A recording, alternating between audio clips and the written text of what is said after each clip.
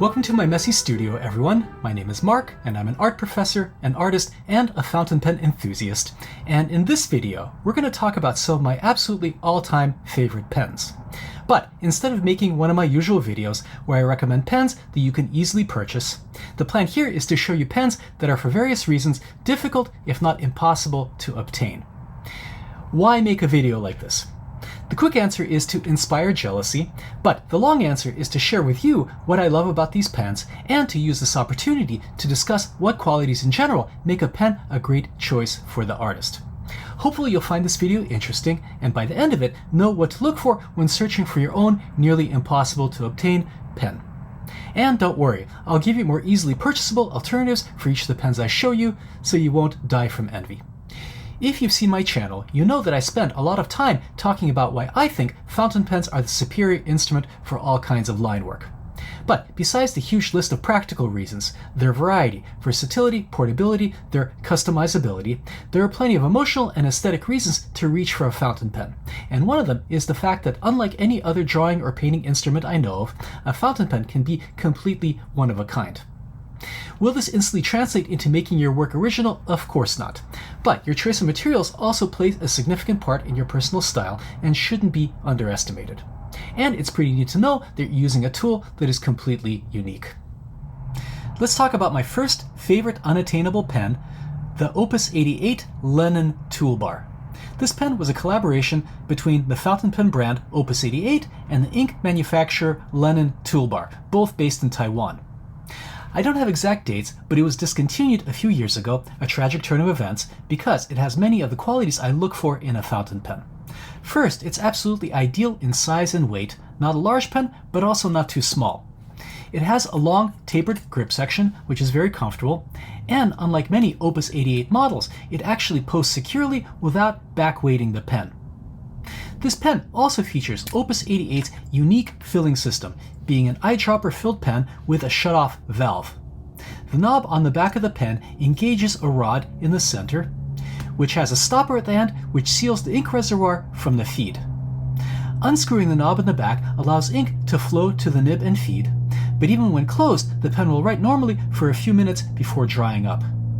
This system, which is featured in most of Opus 88's pen lineup, gives you all the advantages of an eyedropper filling pen, the huge ink capacity, the cleanliness of the filling process without any of the drawbacks, which are burping and leaking. It also allows you to travel safely with this pen on flights.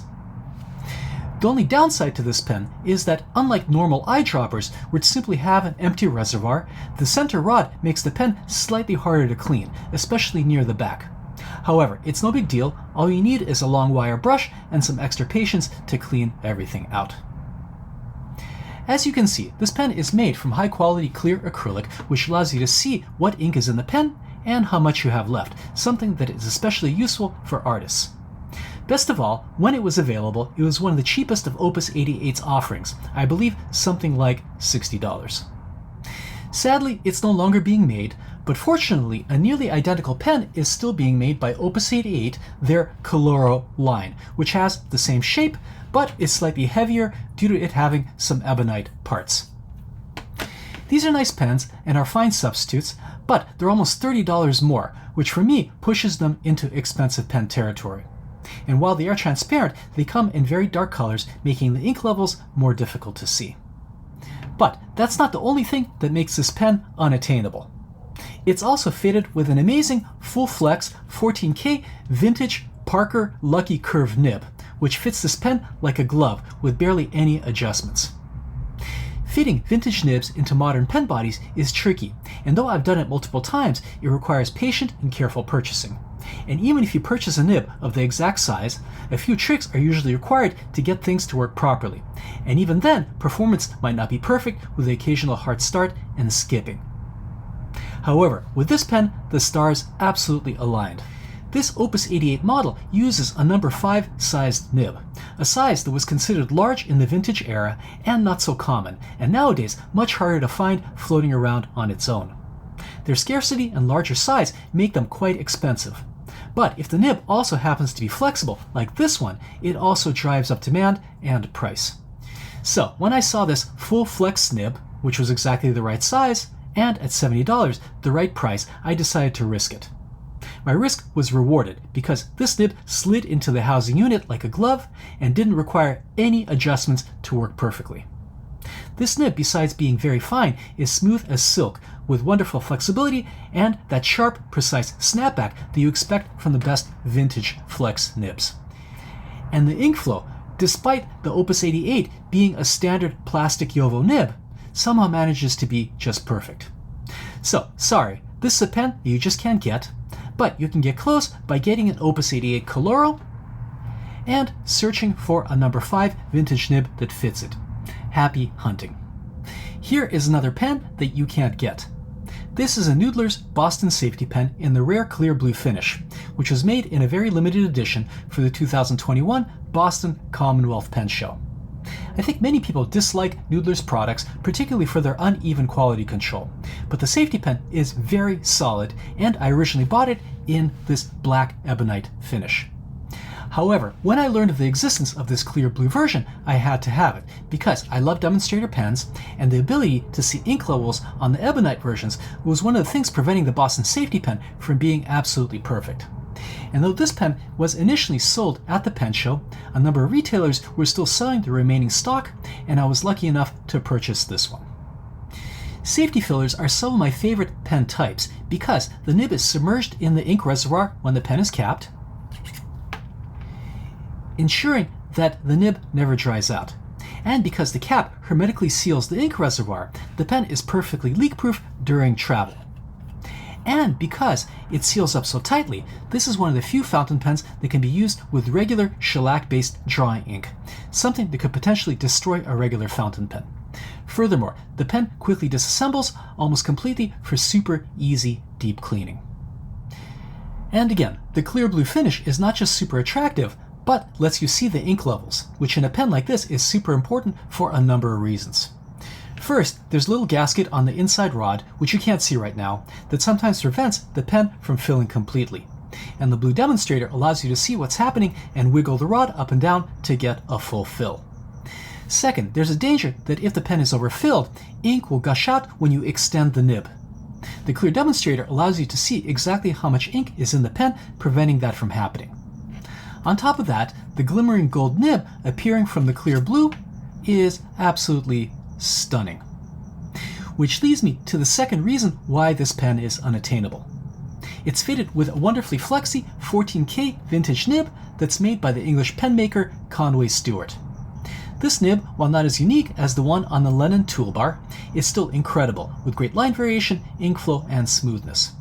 I did have to put a little bit of clear tape on the back to ensure it fits snugly into the pen, but such adjustments are super easy to do, and you can't see them. While these clear blue safety pens are no longer available, there's a chance that Noodler's might make more for future pen shows. However, the ones made from brown or black ebonite are still available and terrific, with the ebonite bodies giving these pens a pleasant warmth and substantial weight. And since these pens fit number 2 size nibs, which were very common in the vintage era, it shouldn't be too much trouble to procure a 14K flex nib for it like I have in this one. Let's talk about yet another unattainable pen, this Waterman 72.5 from the 1920s with a stunning 14K needlepoint semi-flex nib. This was the very first vintage nib I bought and is still, after something like 200 pen purchases, vintage and modern, one of the best performing pens in my collection. I had initially hesitated to purchase a vintage pen because I was worried about their difficulty of cleaning and maintenance. Many of them feature sac filling systems with flimsy looking levers that could fail, or ink sacs that could turn brittle, or piston filling mechanisms that would wear out and require replacing. And since the grip section on most vintage pens is shellacked in place, cleaning the pen thoroughly could be an issue. This is why I purchased this pen, which is an eyedropper filler. This means that it has no moving parts to wear out, has great ink capacity despite its small size, and can be easily cleaned and maintained. As is the case with many Waterman pens from this era, the nib on it is just marvelous, calligraphically precise and springy, giving you perfect control over your strokes. And perhaps because the barrel is narrow, I haven't had the usual burping issues one can encounter with eyedropper filled pens. While these Waterman 72s are not so common, they do show up sometimes, as do other models of Waterman eyedropper-filled pens. What makes this pen so unattainable is its absolutely pristine condition.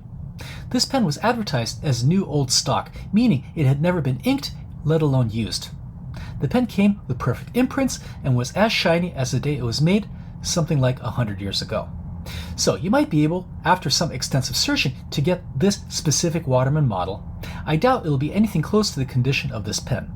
That said, I think vintage eyedropper pens are some of the best options for artists, since they have great ink capacity and are so easy to clean and maintain. So even if you don't find something in this condition, it's still very much worth getting.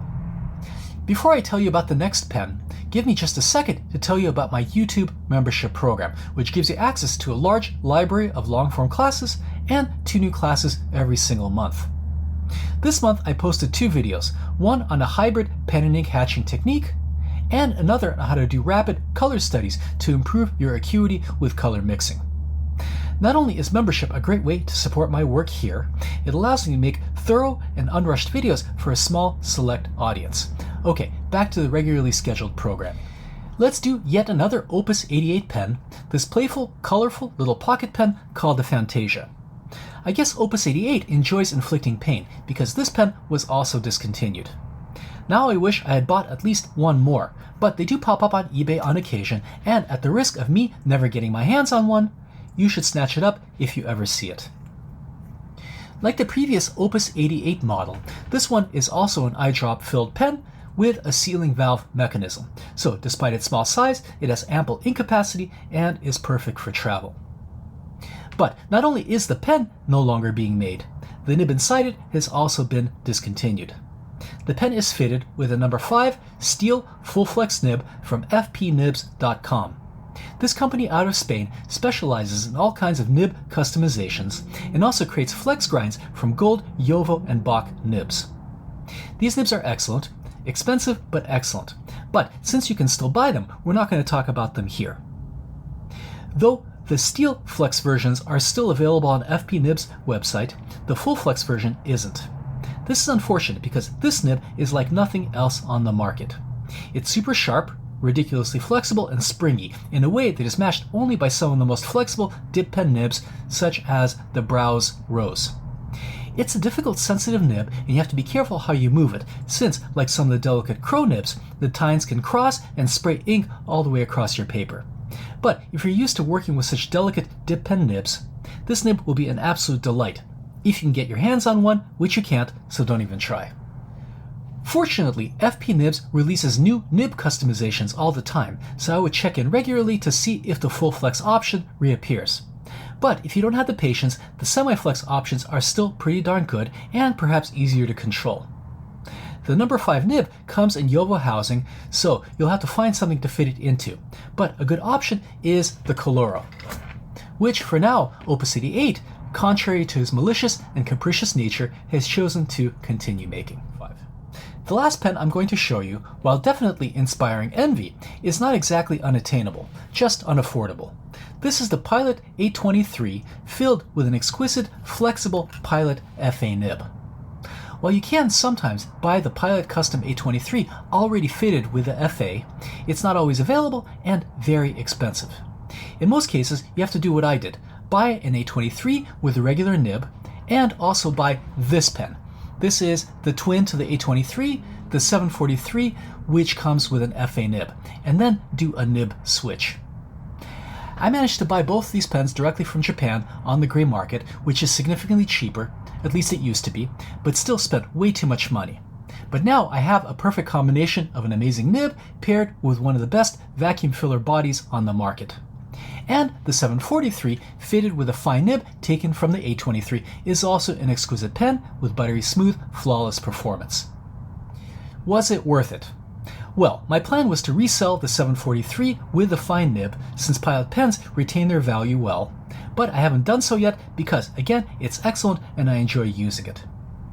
If I sell the 743, it might eventually be worth it. As it is now, it's a bit of a silly extravagance that I allowed myself only because this channel is monetized, and I like to think of my pen purchases as business expenses. This Pilot number 15 sized FA nib is one of the best modern flex nibs you can get, and unfortunately there are no cheaper substitutes.